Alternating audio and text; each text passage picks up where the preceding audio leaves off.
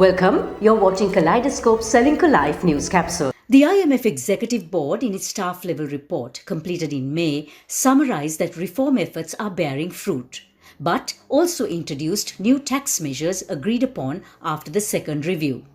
The Imputed Rental Income Tax, or IRIT, set to take effect next year, and a removal of tax exemptions on service exporters are two in focus today, with Principal Tax and Regulatory of KPMG Sri Lanka, Suresh Perera.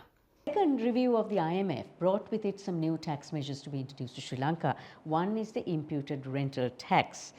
What exactly is this? What should citizens know about it? Basically, in March 2023 IMF report, there was a reference to introduced wealth tax, wealth transfer tax, and property tax. The wealth transfer tax means gift tax and inheritance tax. And the timeline was to start from 1st of January 2025.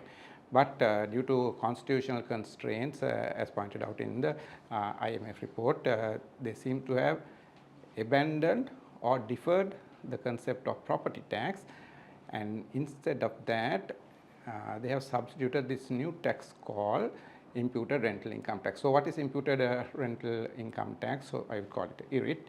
So what is this IRIT? IRIT is basically imposed on individuals, homeowners of residential houses, and in relation to the vacant houses also. So the focus here is only in relation to the houses, not land.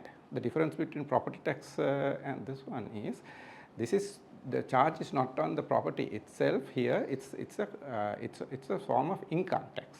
Is it on the first house, second house, or are there exemptions? In the IMF report, there is content, and after the publication of the IMF report from the government side, there have been many references to this one. So there seems to be a policy intention difference between the government policy makers and the content in the IMF. That's how I understand this one, because the government has pointed out here now, this is basically only to target high net worth individuals, and this will not be nationwide. Point number one. The next point here is basically government policy makers are specifically referring to the first house being exempt also. So now this concept is not there in the content of the IMF report. So I think basically anyway, this is only a report, so the content herein has to be enacted in the parliament. There's a parliamentary procedure that should be followed. So probably what would happen is, when a bill is to be gazetted, to be presented to the parliament, probably the content here in the IMF report may undergo change. So that's, in practice, I think that is what will happen.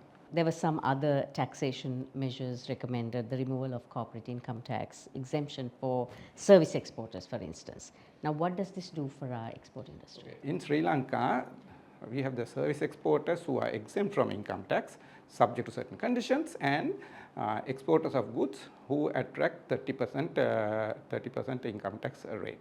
So there is a discrimination, there is a discrepancy with regard to the treatment of two types of exporters. So service exporters have been lucky, or the policymakers have looked at kindly compared on the service exporters as opposed to the exporters of goods. So in order to create parity here, I believe basically service exporters are also being taxed now going forward. If it's a corporate, it will be at the rate of 30%. So that is the change that is happening here.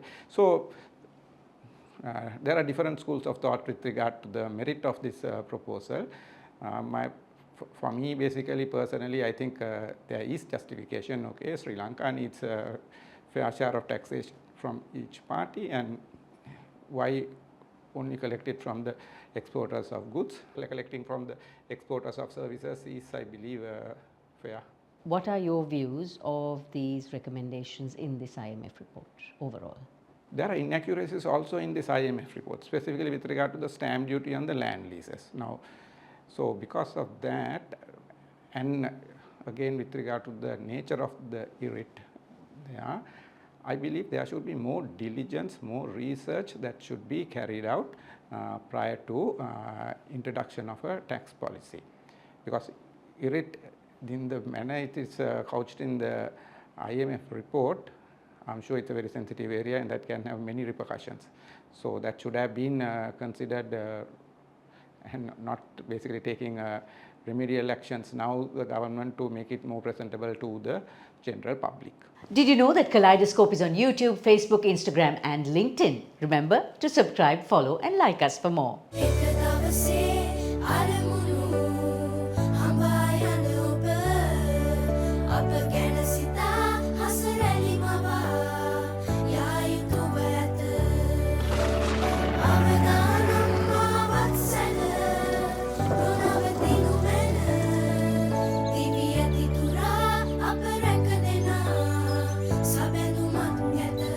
You focus on your goals. We will take care of the risks. Srilanka Life.